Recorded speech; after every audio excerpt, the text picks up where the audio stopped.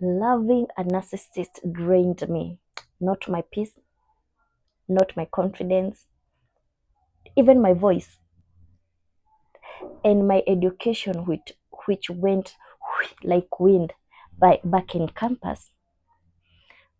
Today, I want to dive step by step to the healing process that I took, or the steps rather that I took in order for me to be the person that I am today. And most of these times, we don't normally see ourselves as entangled into a narcissist, rather.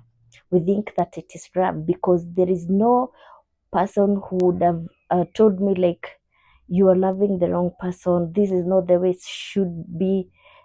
First of all, lacking like a father figure in my life, like that was like the first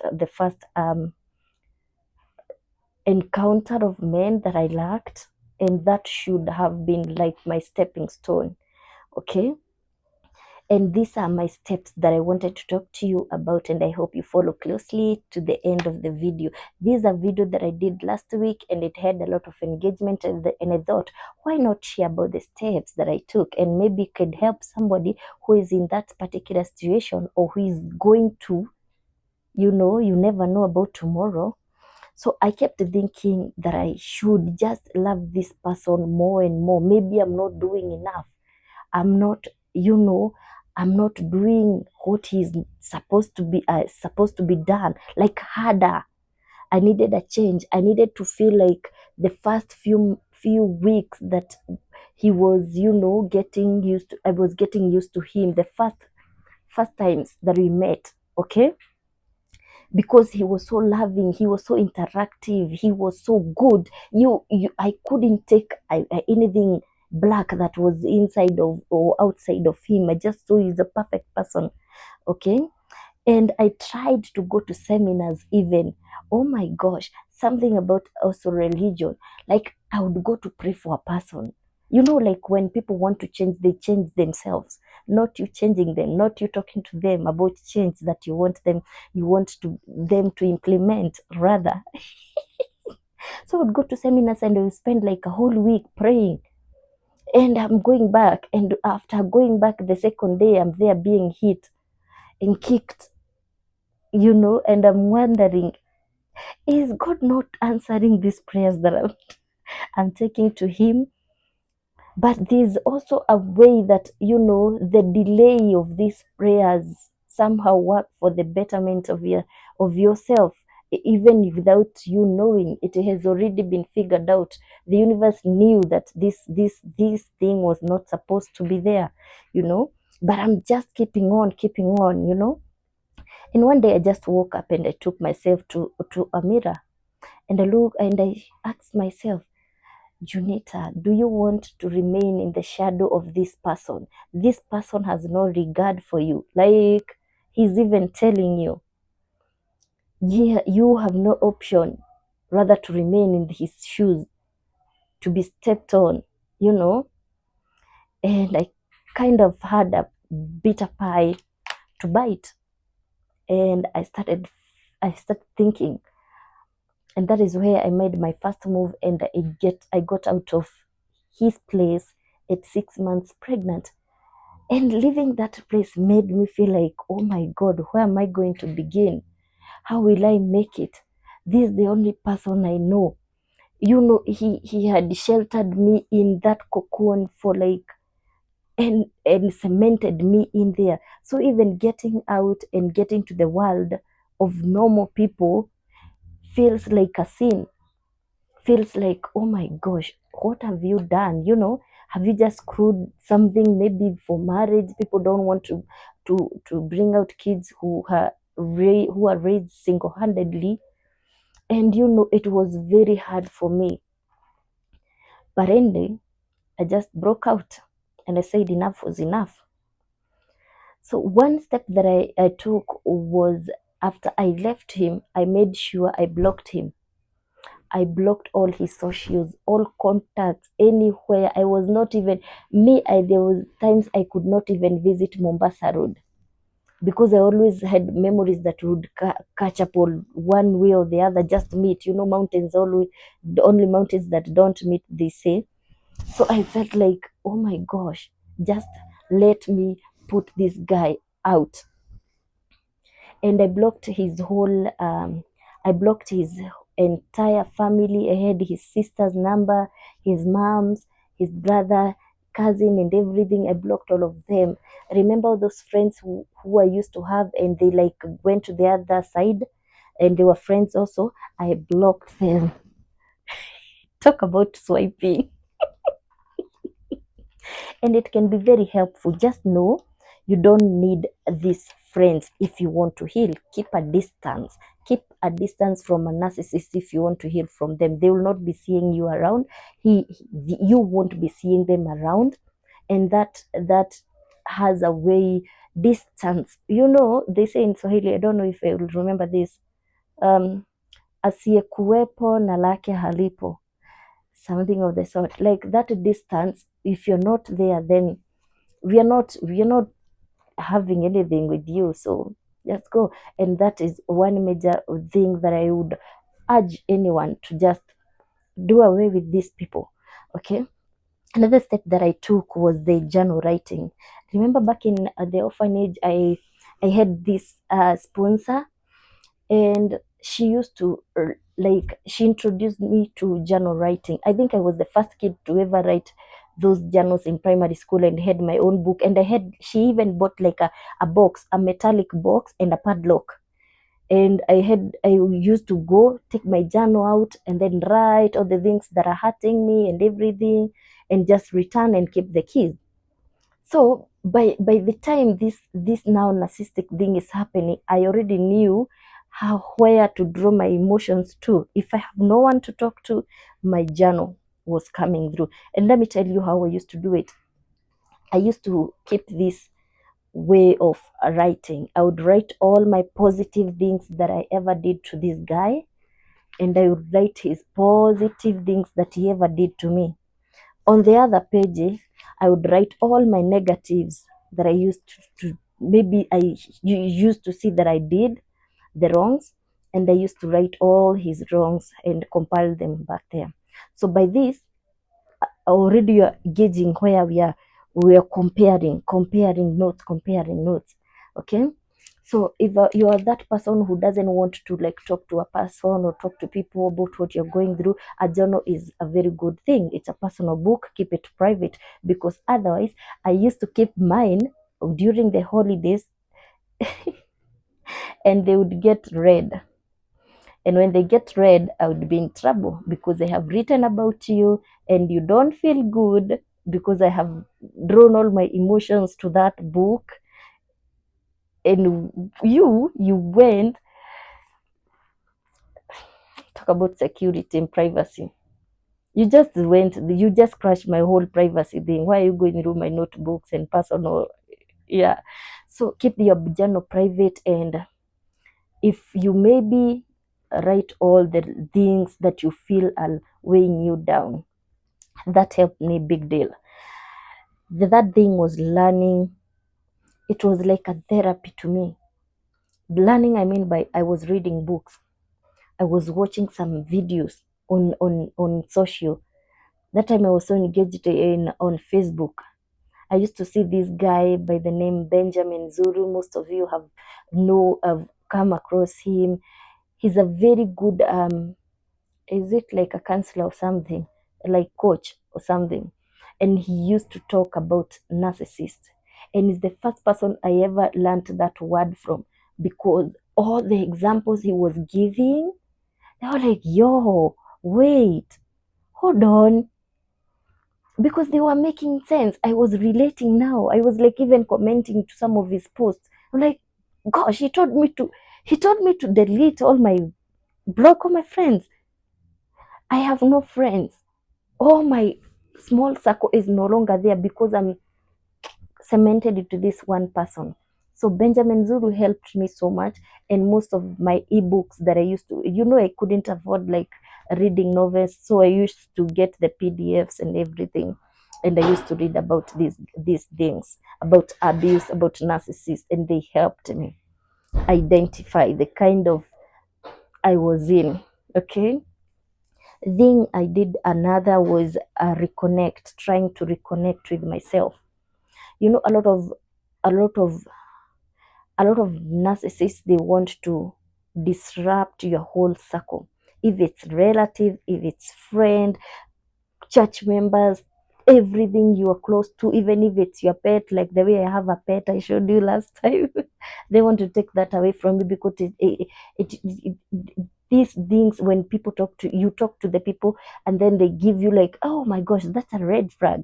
They don't want you to learn that, so they will keep you in a cocoon of their own, and you're not out there, so you're not sharing anything with anyone, and that they will abuse you, of course. Who will you say? I thought, for a minute, let me just digress. There was this time that this guy crashed my phone. That phone is not the one that he had bought, actually. It was a phone that I was bought for my campus mini education, and it was that time, it was expensive, 15,000. It was expensive, and he crashed my phone. Crashed on the tile, like this. And right now I look at that scenario and I'm thinking, shouldn't I have gone to the police? Because he should have paid for that. And that time I was so filled in fear. He would even tell me, I have broken your phone, go and report me to the police. So he knew that I wouldn't go to the police. Why? Because he has instilled like the fear. He has instilled he's confident about, even if you go, they are not going to do me nothing. So you go. So I would feel like, oh, I'm not going. You win. My phone is gone. Yeah. Trying to reconnect. I learned to reconnect myself in the music, things that I used to love. I loved music, I loved dancing, I was hyper, very happy kid and everything. Traveling, I love to date, I love traveling, and that I did those. And then I got some new friends away from the whole scenario of those things.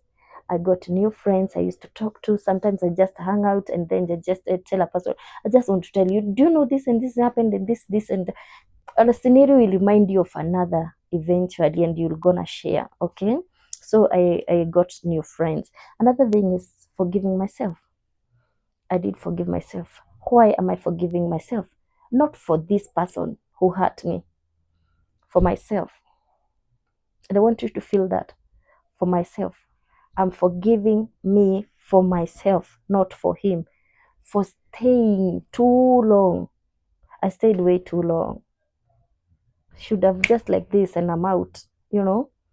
I forgive myself for staying too long, believing, believing every word that came out of this person's mouth,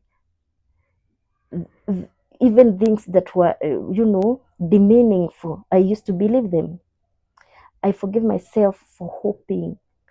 That is why I talked about church thing. I used to go to those seminars and follow up, like, yeah. So I forgive myself for hoping and trusting this person is going to change. Narcissists never change unless they want to, which is very difficult. I started feeling after some time now, like a whole year is now gone, I started feeling no need for revenge, because I won't lie. Way before, I used to feel like, you know what? Why don't I just watch news and I find that this guy has just been ran over by a vehicle? But it didn't happen, because they say when you pray for a person to get into bad scenarios or anything, they never get. You're not God. So these times I'm so angered, I'm bitter, and I just want to feel like this person shouldn't be even happy and everything. So by this time, after whole, I felt like, oh, I don't feel like I need that anymore. I just feel like, oh, I wish you all the best. Oh, you moved on. You happy, and oh, That's good. Yeah, that's actually very good. I would tell him right now, I would just like, oh yeah, good for yourself. Yeah. It's not anymore bitter with me anymore. Slowly, I started to let go of the things that I used to remember about him. Like you're moving out of this dreamland of this, not dreamland. You're moving out of this hula baloo, very bad scenario. And sometimes you get nightmares at night, just thinking, just dreaming about something coming attacking you, and then abruptly your whole sleep is disrupted and everything. It was very hard. It was real hard, and it took a lot of time. I started letting go and started bringing in positivity. Oh yes, breathing in positivity for everything that was coming my way. Now had to, you know this gonna be fine, this not permanent, this ain't what I'm supposed to be. Things are changing, and I'm glad they are. Okay, my confidence was starting to show, because if it wasn't showing, trust you me, even on the cameras, even on meeting people and talking to people, I wouldn't be doing that. It was shattered. I used to feel like I was so ugly. Yeah. I used to feel like, oh my gosh, I need liposuction. Yeah. And all that. Okay. So by with time, this now, the confidence is building, self-esteem is coming up nicely. Okay, guys. And I began to smile again. So all the time I tell my cheeks, smile a bit harder, harder, harder and all that. I'm joking. So I embraced my little son, and from then onwards, it was always, even not thinking about myself, I'm thinking about my son. And that has always been the case. Like we have been through too much with my son, that is only us against the world, no one else, no one, no in betweens and everything. Yeah. So I just want to remind you, if you are in a specific scenario, guys, that is weighing you down, that is, you feel like you are healing from a narcissist, please know you're not broken. They need the healing. Okay, your learning strength should be more. You should discover the power in you. Okay, rediscover, relearn, relearn what you like to do, relearn. I'm Kikuyu, and sometimes we confuse L and the R. Just bear with. Yeah, time is the most important thing in this journey. That is what I would say. That I'm being smart. So take your time, protect your peace in every way possible. If you feel even the slightest things that are provoking you, get out of that space, get out of those groups, get out of those family. They want to remind you, keep reminding you, you did this, you did this. You don't need that. Protect your peace. At the end of the day, it's you and you personally that is dealing with everything that you went through. No one else. No one else will be in your shoes. No one else. People even do very bad things. People don't want to talk about these things, and they are mental. They just want to, some even they end their lives.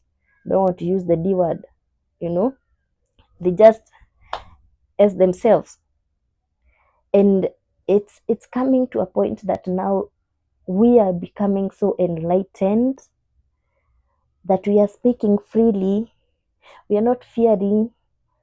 We can talk these things. If you would ask me, like, when 3 years ago, 4 years ago, 5 years ago, I wouldn't have talked this way.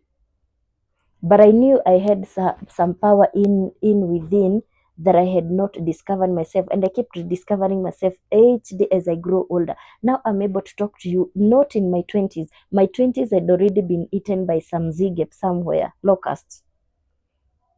But I'm able to make videos as a 30-year-old. Can you imagine how we would do if times went back with that kind of knowledge that I have now, and we start afresh? Wouldn't that be good? But anyhow, let anything that comes and destroys your peace be out of your reach. You don't need that. Well, yeah, you don't need that, baby. Stay single if you have to. And if for a fact I would have like talked inward, like personally for myself, I think even now I still think I need more time to think about the relationship I need to have, like to go to that extent of even having family, having kids, when I haven't rediscovered myself and I haven't made right choices in life. Oh girl, I'm not yet there. I'm not yet there. Yeah. So this video is to encourage anyone who is taking these steps or who hasn't taken this person who is full of fear, because there is a lot of fear in. Kindly just know these things, they take time. Take time. Rediscovering yourself, rebuilding yourself will take time. And I hope this finds you well, and I hope you take it positively, and I hope it helps. And you can share with me on the comment section down below. I always put my number there. If you'd like to share, I can, you can even call me. Okay, and let's get to sharing. Leave a comment, like, subscribe, and share. I hope it has been amazing. Let's catch you next week, same place. Bye, internet.